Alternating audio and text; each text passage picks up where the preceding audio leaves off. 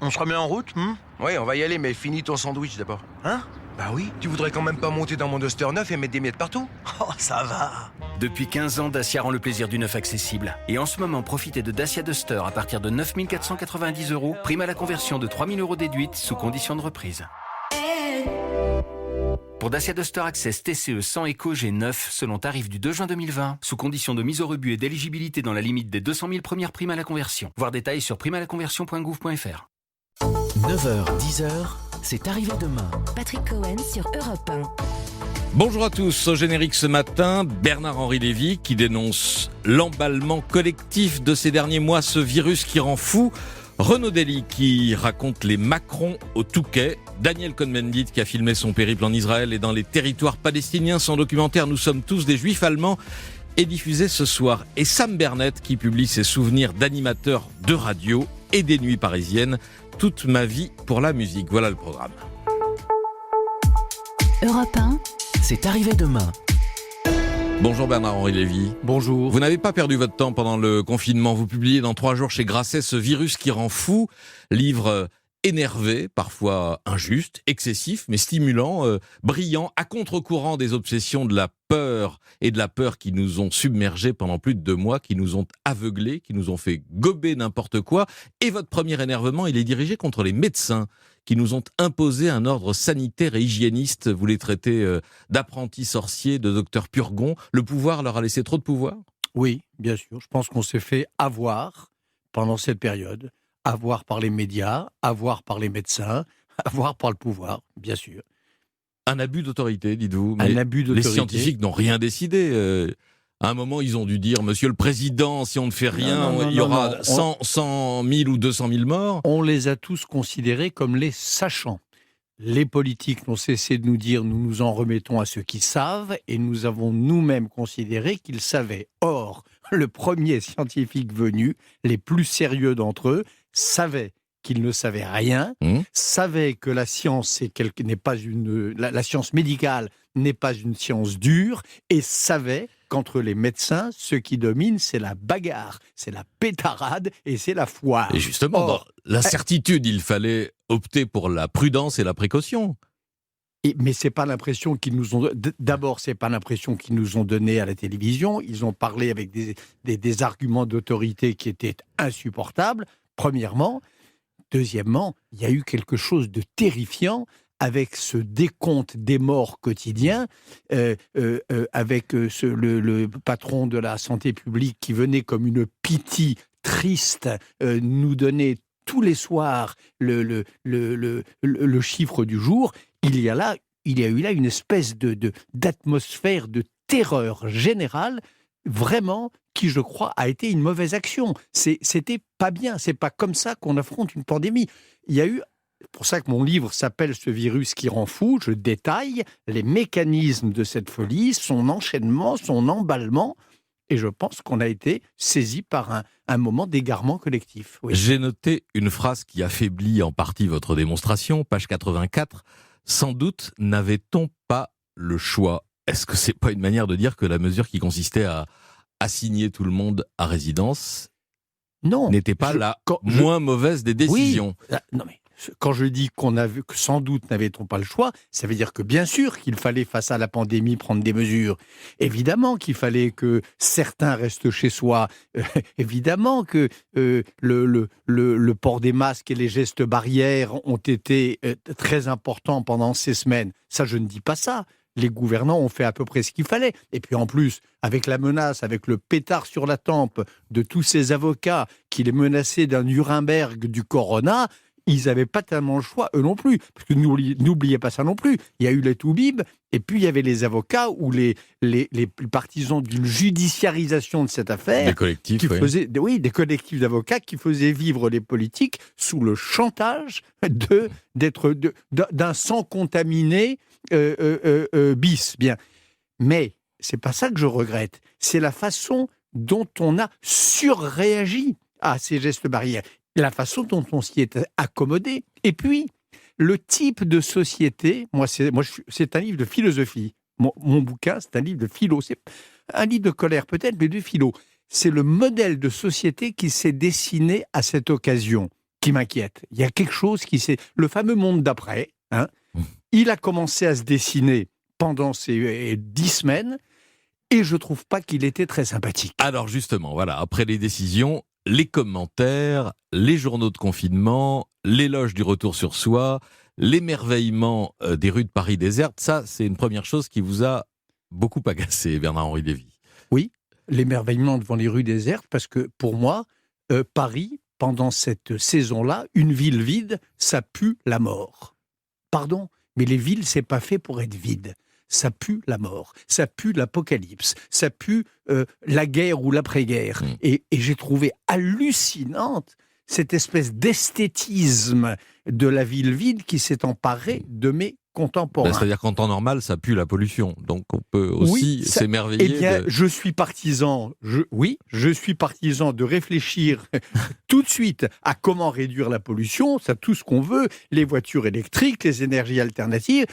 Mais enfin dire que les hommes sont des virus et que moins il y en a dans les villes, mieux c'est, ça c'est une attitude que je trouve anti-humaniste et anti-républicaine. Donc oui, ça m'a accablé quant à l'état de mon pays, quant à l'état de la société où nous vivons. Par exemple, il n'y a pas que les villes vides, il y a bien d'autres choses, la façon dont les écolos, justement, se sont emparés de cette affaire. Le virus qui nous envoie un message, la nature qui se venge. Ben oui, mais c'est con. Les virus n'envoient pas de message. Leçon numéro 1 de tous les historiens des sciences, de tous les épistémologues. Un virus, ça parle pas. Un virus, ça pense pas. Un virus, ça ne vit même pas. Un virus, c'est un profiteur de la mort, c'est pas de la vie. Donc ça envoie pas de message. Quand Nicolas Hulot dit tout de suite, la nature, le virus, lui il a dit la nature nous a envoyé un ultimatum, c'était niais. Et c'était un mauvais message. Et c'était pas responsable. On peut discuter des conditions de son apparition et de sa propagation tout de même. Moi, oui, du virus. Oui, du virus, bien naturellement. sûr. Mais c'est pas des messages. Les hommes envoient des messages. Les Chinois envoient des messages. Le système communiste ou néo-communiste chinois envoie des messages. Oui, les démocraties libérales ont envoyé des messages. La manière dont on a donner des coups de canif à notre contrat social, ça c'est un message, tout ça c'est des messages. Mais les virus n'envoient pas de messages. Les virus, il faut les traiter, il faut les cogner et il faut en débarrasser l'humanité. C'est une autre affaire. Il ne faut pas les écouter. C'est pas radiovirus quoi. Radiovirus, les virus parlent au virus. Le virus qui parle au virus humain qu'on voit trop dans les villes. Enfin écoutez, tout ça était grotesque et on commence, je crois, à s'en rendre compte. Bernard-Henri Lévy, ce virus qui rend fou, on poursuit cet entretien après une courte pause. Europe 1, 9h, 10h, c'est arrivé demain. Europe 1. C'est arrivé demain, continue jusqu'à 10h avec vous, Patrick Cohen. Avec Bernard-Henri Lévy, ce virus qui rend fou apparaître chez Grasset. Vous avez été l'une des rares personnalités à dire très vite sur les réseaux sociaux qu'il fallait écouter et prendre au sérieux Didier Raoult. Et je vous sens un peu plus en retrait aujourd'hui ? Non, je ne suis absolument pas en retrait. Bien sûr qu'il fallait écouter et prendre et considérer le professeur Raoult ni plus ni moins que les autres, naturellement. Ah bon ? Donc c'est ce qui a été fait, non ? C'est ce qui a été fait, oui, mais j'ai aucun. Ce qui a été fait, sauf que le cas Raoult, voilà un autre exemple de cette folie, cette espèce de débat dont on a été tous les témoins et les otages entre les raoultophiles et les raoultophobes, avait lui aussi quelque chose de ridicule. Bon, Raoult, c'est un grand épidémiologiste. C'est un grand microbiologiste. C'est un grand, oui, microbiologiste. C'est un grand médecin. C'est quelqu'un qui, voilà. Et il y a eu autour de lui, ça c'est vrai, il y a eu une espèce de festival de tartufferie, de jalousie, de fixation sur son personnage et le Depardieu de la médecine et ainsi de suite. Qu'est-ce que tout ça avait à faire avec l'urgence de sauver des vies? Premièrement, et avec l'urgence de faire en sorte que notre démocratie ne sorte pas en calbar de cette affaire. C'était ça le problème. Il a été moqué sur son look, sa coupe de cheveux ou son origine marseillaise, vous êtes sûr de ça ? Attendez, le Depardieu de la médecine, le druide, je ne sais quel personnage d'Astérix. Pardon, mais je vous mets au défi de trouver une déclaration publique d'un médecin ou d'une autorité de santé disant cela. Je ne l'ai pas entendu dans les débats alors, médicaux. alors dans les peut-être commentateurs, peut-être pas les médecins, ça je n'en sais rien, mais en tout cas j'ai entendu dans ce tintamarre où tout se mélangeait pendant ces semaines, les autorités médicales et les autorités éditorialisantes, oui, il y a eu une espèce de mise sur le pavois, alors certains pour l'exalter et d'autres pour le stigmatiser, de Raoul. Mais ce n'était pas le sujet. D'autres pour discuter sa pratique et sa méthode scientifique. Oui, c'était légitime. Mais comme tout ça a été tellement pris en otage par la folie du débat et par la folie du monde que, regardez, ces études, les unes après les autres, on s'aperçoit qu'elles ont été trop vite faites. L'étude de Lancet, qui est Lancet, une des grandes autorités foireuses. L'étude Recovery, hier ou avant-hier, oui. on est en train de se rendre compte, je voyais ça ce matin dans la presse anglo-saxonne, que les doses données par les gens qui ont fait les études étaient des doses à la limite du létal. Trop élevé. Donc, faudrait savoir, un coup c'est pas assez, un coup c'est trop. Non, c'est 800 mg, je crois, qui a été donné. Non, premier jour 1800, oui, vous verrez les chiffres, oui. 1800 ou 2400, peu importe. Je veux dire par là que, franchement, la folie, le virus qui rend fou, ça veut dire aussi ça. Ça veut dire cet emballement médiatique auquel se sont prêtés les médecins, mais pas seulement, et qui fait que les chercheurs, parfois, n'avaient pas le temps de réfléchir. Alors, heureusement, il y en a qu'on n'a pas vu à BFM, mais qui bossaient, et qui soignaient, et qui risquaient leur vie pour sauver la vôtre et pour sauver la mienne, et pour sauver nos vies à tous. Mais ce débat autour de Raoult était absurde. Et il reste absurde. C'est pratique qui ont fait débat aussi. Pardon ? C'est pratique, on fait débat. Mais un débat médical. Mais enfin bon, on va clore là-dessus. Revenons à votre livre. Ce virus qui rend fou, ce qui vous a rendu fou aussi, Bernard-Henri Lévy, ou qui vous a mis en colère, c'est l'oubli du monde pendant cette période. Le reste de l'actualité qui a disparu des écrans. De quoi aurait-il fallu parler ? Attendez, il fallait parler du fait que le monde continuait de tourner. On a passé ces semaines à tourner autour de notre nombril. Et les plus privilégiés d'entre nous, les autres, les moins privilégiés, à devenir fous dans leur appartement trop petit, avec leurs enfants et avec leur télétravail. Mais enfin, bon Dieu, pendant ce temps-là, la guerre en Syrie,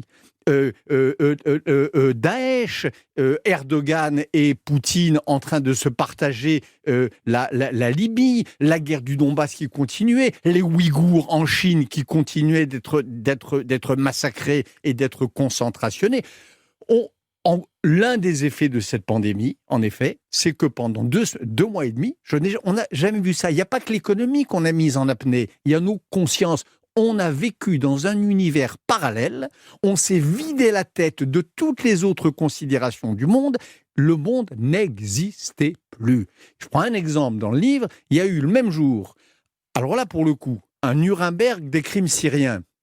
Ça, c'est extrêmement sérieux. En Allemagne, oui. Un Nuremberg des crimes syriens où on s'apprêtait à juger les pires tortionnaires ou les tortionnaires tout court du régime de Bachar el-Assad. Le même jour, la presse allemande, vous pouvez vérifier, elle s'intéressait au respect des gestes barrières, plus ou moins bien, du Bad Württemberg. On marchait sur la tête. Voilà.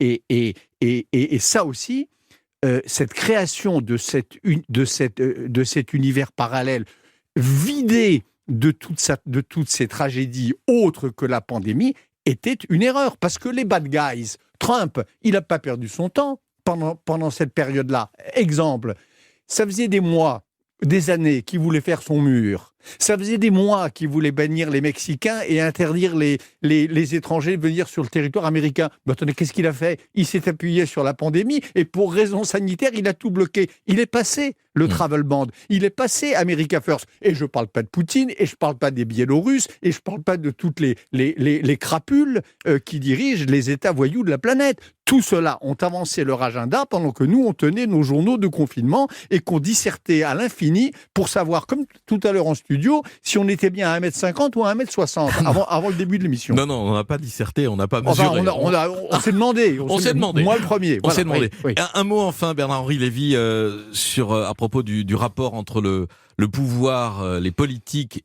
et les malades. Une anecdote qui m'a intrigué, que je ne connaissais pas. Vous avez vu De Gaulle étreindre des lépreux à Tahiti ? Oui, c'est un très vieux souvenir d'enfance qui m'est revenu pendant l'écriture du livre. J'ai cherché, j'ai retrouvé la trace 56. de cet événement, 56, 2 ans avant son retour au pouvoir. Une scène extraordinaire, mais qui en dit long sur le chemin parcouru. Il y aurait beaucoup à dire aussi sur les églises, sur les synagogues. C'est De Gaulle qui fait un voyage privé à Tahiti, ou semi-officiel, mais enfin, il est dans sa traversée Il y du a désert. Raoul Follereau, là. Oui, il est arrêté par une manifestation de lépreux menée par Raoul Follereau. Il arrête sa voiture, il étreint Raoul Follereau, il serre la main de chacun des lépreux, il prend une enfant lépreuse dans ses bras, il ne dit pas un mot, il remonte dans sa bagnole et il repart. Ça, ce geste claudélien, l'annonce faite à Marie, la jeune fille Violaine qui embrasse un lépreux, ce geste claudélien, c'est vrai, alors je ne sais pas si c'est bien ou mal, moi je trouve que c'est pas bien, qu'on l'a oublié, ce geste-là, parce que je pense que c'est un beau geste et que montrer aux malades qui ne sont pas justement des lépreux, qui ne sont pas des pestiférés, qui ne sont pas des damnés, que leur quarantaine n'est pas une mise au banc, je crois que ça c'était un message social très important et grand geste, grande scène gaulienne, oubliée souvent je crois par les gaullistes eux-mêmes.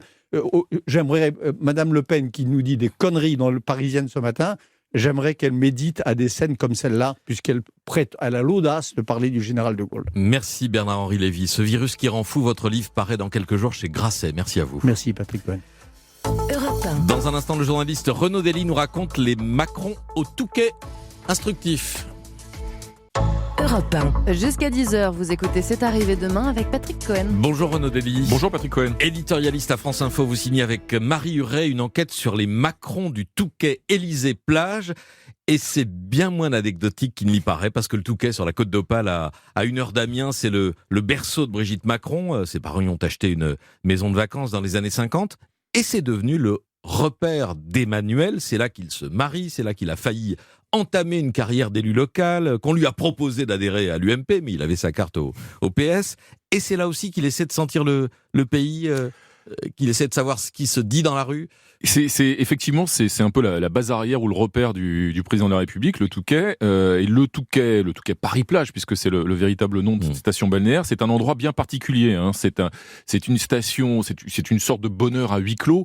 C'est un endroit extrêmement agréable, avec d'un côté la forêt, de l'autre côté évidemment la plage, ces grandes plages, etc. Et une population plutôt aisée, on va dire, une bourgeoisie plutôt aisée. Et en même temps, on n'est pas du tout dans le show-off, dans l'exhibition. C'est plutôt le charme discret de la bourgeoisie. Et c'est vrai que c'est là que Emmanuel Macron, parce qu'il a découvert le Touquet à travers Brigitte, c'est son épouse qui lui a fait découvrir le Touquet, c'est là qu'ils se sont mariés, et c'est là qu'il a noué des liens, à la fois avec des personnages qui sont plutôt issus de ce milieu bourgeois, aisé, qui incarne la réussite, et puis aussi avec des familles beaucoup plus locales, beaucoup plus ancrées localement, notamment son prof de tennis, par exemple, puisque c'est une des activités essentielles, c'est pas la seule, mais d'Emmanuel Macron lorsqu'il va au Touquet, et c'est vrai qu'il essaye parfois, c'est un peu un thermomètre pour lui, mais un thermomètre qui, à mon sens et à notre sens, c'est ce qu'on a essayé de raconter avec Marie Huret dans le livre, est parfois un petit peu déréglé au regard de la température qui règne dans le reste du pays. Le Touquet n'est pas la France, et c'est plutôt un cocon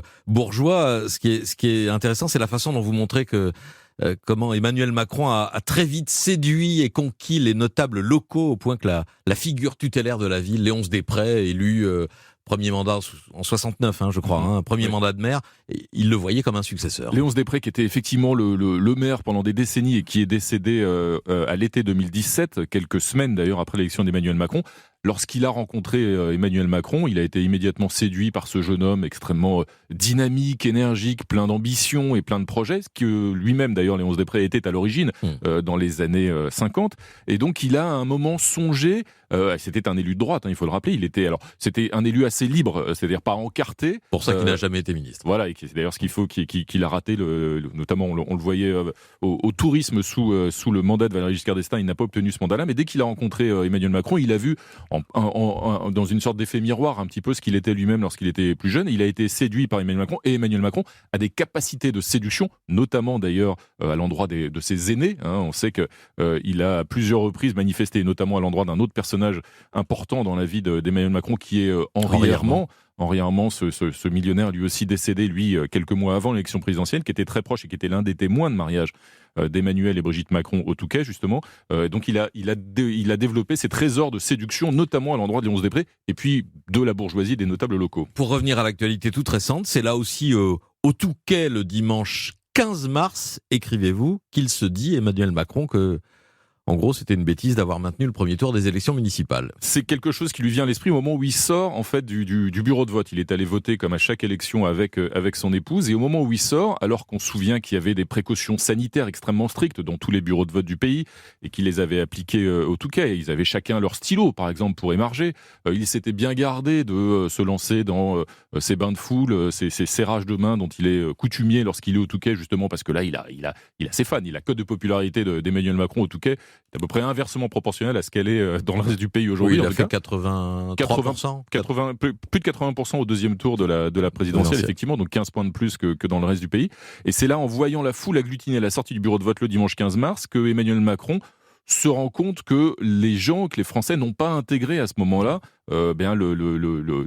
l'arrivée de la pandémie. On se souvient que quelques jours avant, il a lui-même hésité à maintenir le premier tour du scrutin, et qu'il a maintenu à la fois parce que le Premier ministre Édouard Philippe y était favorable et parce que l'opposition hurlait déjà au coup d'État, c'est un terme qui avait été employé à l'époque par Christian Jacob, si jamais ce premier tour avait été repoussé. Vous présentez le Touquet comme une sorte de paradis perdu de la Macronie, avec un dernier chapitre en forme de clin d'œil à Audiard et au Tonton Flingueur, film culte d'Emmanuel Macron. On ne devrait jamais quitter le Touquet. Oui, on sait qu'Emmanuel Macron a une passion pour les Tontons Flingueurs dont il connaît toutes les répliques quasiment par cœur. Et c'est vrai que l'évolution on sait que Emmanuel Macron rencontre des difficultés, et notamment que sa cote de popularité a quand même largement fléchi dans le pays depuis son élection. Et c'est l'inverse qui s'est produit au Touquet, notamment parce qu'il y a une ambiguïté qui a été levée. Lorsque Emmanuel Macron a commencé à fréquenter le Touquet, lorsqu'il a été justement potentiellement d'ailleurs, en tout cas dragué par un certain nombre d'élites locales, lorsqu'il aurait pu envisager une carrière politique sur place, il avait un handicap aux yeux d'une large frange de la population là-bas, c'est qu'il était plutôt classé, étiqueté à gauche. Et oui, à l'époque, Emmanuel Macron, puis ensuite il a été quand même ministre de l'économie de François Hollande, secrétaire général adjoint de l'Élysée, puis ministre de l'économie de François Hollande, il apparaissait comme un personnage de gauche. De ce point de vue-là, l'équivoque a été levé en quelque sorte. L'ambiguïté n'est plus aujourd'hui, en tout cas pour les électeurs du Touquet, pour les habitants du Touquet.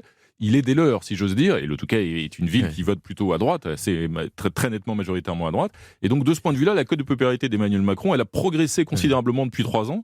Depuis qu'il est à l'Élysée, elle a plutôt fléchi dans le reste du pays, et au Touquet, effectivement, ce havre de paix, cette espèce de paradis perdu, eh bien parfois Emmanuel Macron se dit qu'il n'aurait peut-être pas dû quitter le Touquet tant il y est populaire aujourd'hui. Oui, vous racontez la réprobation de la famille de Brigitte Macron quand de Brigitte à l'époque Trogneux ou Osière, quand Emmanuel est arrivé dans sa vie, qui ne tenait pas seulement à la différence d'âge, mais au fait que c'est un type de gauche. La famille Trogneux, c'est une grande famille de notables amiénois, donc effectivement à 1 heure de route du Touquet. On sait que pâtisserie, confiserie vieille d'un siècle. Et le macaron, le fameux macaron Trogneux, et c'est vrai que ce sont des conservateurs, que le père de Brigitte votait à droite, qu'elle a un frère qui avait plus d'une vingtaine d'années de plus qu'elle, qui était lui aussi un personnage extrêmement conservateur, et que ce jeune homme, déjà très jeune, et de surcroît qui était étiqueté comme plutôt militant de gauche, eh bien passait mal à ce moment-là dans cette famille et au Touquet. On apprend aussi dans votre livre beaucoup sur Brigitte Macron, qui a pris le temps de vous recevoir à l'Élysée en plein mouvement sur la réforme des retraites. Ah, vous faites un livre sur le Touquet, j'ai plein d'anciennes photos. C'est une vraie passion. Hein. Dès qu'on parle du Touquet, Brigitte Macron, son œil s'éclaire, s'illumine, et on voit ce qui est assez logique aussi, d'abord parce que l'endroit, encore une fois, est quasi paradisiaque. Elle y a passé tous ses étés depuis l'âge de 5 ans. Toute sa jeunesse, tous ses étés, depuis les clubs de plage jusqu'à son premier mariage. Avant Emmanuel Macron, son premier mari, qui était lui-même un jeune banquier aussi, André Osière, elle l'a épousé en 1974 au Touquet, et elle y a passé tous ses étés, toutes ses vacances. Donc c'est aussi toute sa jeunesse qui ressurgit à travers ses souvenirs du Touquet. Renaud Dely et Marie Huret, les Macron du Touquet, Élysée, plage aux éditions du Seuil, ça paraît dans 3 jours. Merci beaucoup Renaud Dely. Merci à vous. Europe 1. Dans un instant, Daniel Cohn-Bendit, est-il réellement un juif allemand? Pour un documentaire, il est allé chercher la réponse en Israël. Europe 1. 9h, 10h, c'est arrivé demain. Europe 1. La suite de C'est arrivé demain, c'est jusqu'à 10h avec Patrick Cohen sur Europe 1. Bonjour Daniel Cohn-Bendit. Bonjour Patrick Cohen. Vous êtes l'acteur et l'auteur d'un documentaire qui sera diffusé ce soir sur France 5 à 23h. Nous sommes tous des juifs allemands, récit de voyage et de réflexion sur Israël, les territoires palestiniens et votre identité juive. Est-ce qu'il y avait chez vous une identité juive avant le slogan de mai 68 qui a figé chez vous ce qualificatif ? Consciemment, non. Vraisemblablement, il y avait une identité juive, mais que, disons, je refoulais ou qui ne me venait pas à l'esprit.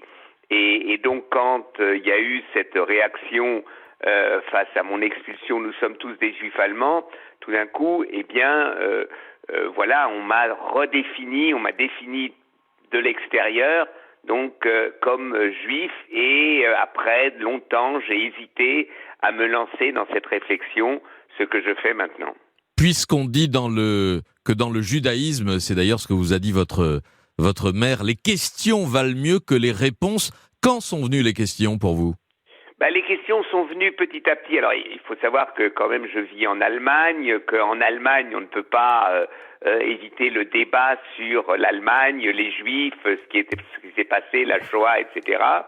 Et puis, c'est ma femme, qui n'est pas juive, qui, depuis longtemps, dans des discussions, me disait « Mais tu dois te poser cette question, ce n'est pas simplement un réflexe d'être juif, c'est une réalité en toi que tu dois essayer de comprendre. » Et donc, depuis des années, on discutait de cela. Et puis, à un moment, j'ai décidé, je vais essayer de comprendre. Et c'est pour ça que j'ai décidé de faire ce film. Sans religion, enfin, en tout cas, sans un bagage religieux. À une femme colon, à un moment, vous dites, mais la Bible, c'est un conte de fées, hein. Exactement. Je suis non seulement athée, je suis donc laïque, ma femme n'est pas juive, je ne vis pas dans ou autour de la communauté juive, ni à Francfort, etc. Donc mon identité juive est quelque chose qui est en moi, qui n'est pas lié à la vie extérieure des juifs ou de la majorité des juifs. Alors, qu'avez-vous trouvé en Israël et dans les territoires palestiniens que vous ne vous attendiez pas à trouver ? Qu'est-ce qui vous a surpris, troublé, intéressé, Daniel Cohn-Bendit ? Ce qui, dans ce film, qui quand même, je rencontre des gens totalement différents, des personnes totalement différentes, entre vous l'avez cité, une colon très religieuse dans une colonie illégale, je rencontre une rabbine libérale, une rédactrice très orthodoxe, et un Palestinien, des Palestiniens. Ce qui m'a frappé, c'est cette multitude de projections d'identité juive, et que c'est très difficile de définir ce qu'est un juif. Et puis ça a renforcé quelque chose en moi, ce voyage en Israël, cette discussion, cette interrogation, c'est que je suis un juif de la diaspora, et que pour moi, il y a une grande différence entre les juifs de la diaspora, qui vivent de par le monde, et les juifs israéliens, car ils sont d'abord israéliens. Ils ont une identité israélienne et juive, et alors que moi, j'ai une identité bâtarde, plutôt européenne et juive. Vous voulez dire que paradoxalement, la dimension religieuse est moins forte en Israël qu'en dehors des frontières d'Israël ? C'est pas la dimension religieuse, c'est-à-dire que les juifs de la diaspora se définissent par rapport à des histoires dans la diaspora, des histoires qui, en fait, les déterminent comme juifs, ces racines, mais ils n'ont pas cette identification nationale, car le pas d'aller en Israël, le sionisme, vous redéfinit complètement en tant que juif, puisque pour vous, maintenant, l'identité juive est liée au fait national, à la réalité de l'existence de l'État d'Israël. À tous vos interlocuteurs en Israël, vous parlez du peuple de l'autre côté, des Palestiniens, et de leur regard, et de leur rapport, et qu'est-ce que vous retenez de ce dialogue et de cet espoir ou de cet espoir déçu d'une solution à deux États et d'une cohabitation pacifique. C'est un peu, vous savez, quand j'étais pour la première fois, ce que je raconte, puisque je refais ce voyage aussi au kibbutz à Zoréa où j'étais à 17 ans, quand j'étais, j'allais dire petit, j'étais jeune, j'avais cet espoir que si les Juifs font un État, ça serait un État meilleur après tout ce qu'ils ont vécu, toutes les persécutions qu'ils ont vécues, et je m'aperçois que non, que ce n'est pas ça. Et il y a une légère déception quand je discute en Israël, à part des exceptions, puisque je les rencontre dans ce film aussi, de ne pas comprendre qu'il y a à côté de la justification de l'État d'Israël une réalité palestinienne que la majorité des Israéliens aujourd'hui refusent de voir et de comprendre. Les Palestiniens sont maintenant derrière un mur réel, et en fait, on vit à Tel Aviv le dos au mur en regardant vers la mer et sans se soucier de ce qu'il y a derrière ce mur. Et ça, c'est assez triste pour moi. Merci beaucoup Daniel Cohn-Bendit. Nous sommes tous des Juifs allemands, documentaire qui est programmé ce soir sur France 5. C'est un document réalisé par, j'ai plus le nom du réalisateur. Nico Appel, Nico qui est Appel. mon beau-fils, qui est le fils aîné de ma femme. Évidemment, Nico Appel. Voilà, 23h sur France 5. Merci beaucoup. Bonne journée. Merci Patrick Cohen. Au revoir. Europe 1.